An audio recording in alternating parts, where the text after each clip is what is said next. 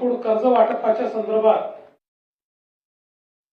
चर्चा झाली आणि जास्तीत जास्त शेतकऱ्यांना कर्ज कसं मिळू शकेल या संदर्भात राज्याच्या येत्या कृषीच्या खरीप हंगामाची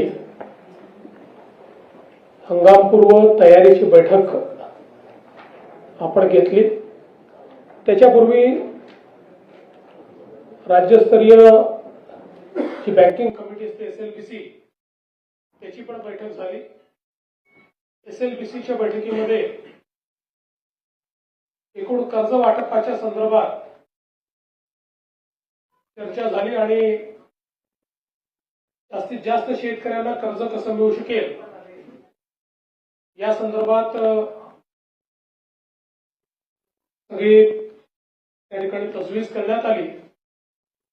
विशेषतः असं लक्षात आलं की साधारणपणे आपल्या ज्या जिल्हा सहकारी बँका आहेत आणि ग्रामीण बँक या मिळून 67% शेतकऱ्यांना कर्ज दिलं जातं आणि राष्ट्रीयकृत बँका या 26% शेतकऱ्यांना फक्त कर्ज देतात।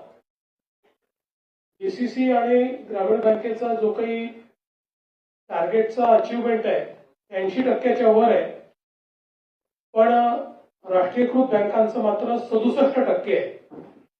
त्यामुळे आज अतिशय कडक शब्दामध्ये राष्ट्रीयकृत बँकांना हे सांगण्यात आलेलं आहे की त्यांनी 80%च्या वर टार्गेट पूर्ण केलं पाहिजे। दुसरं त्यांना हे सांगण्यात आलेलं आहे की सिबिल ही मागणी कुठल्याही बँकेने करू नये। या संदर्भात मी सगळ्या बँकांना सांगितलं की हेडक्वार्टर मधून प्रत्येक ब्रँचला त्यांनी पत्र पाठवणे सांगितलं पाहिजे की क्रॉप लोन करता सिबिलची अट नाही। RBIचे अधिकारी होते त्यांनी देखील त्याला पुष्टी दिलेली आहे आणि सिबिल करता कुठल्याही शेतकऱ्याची अडवणूक करायची नाही या संदर्भात आहे। यासोबत या सगळ्या बँकांची कर्जमाफीच्या संदर्भात देखील आम्ही चर्चा केलेली आहे।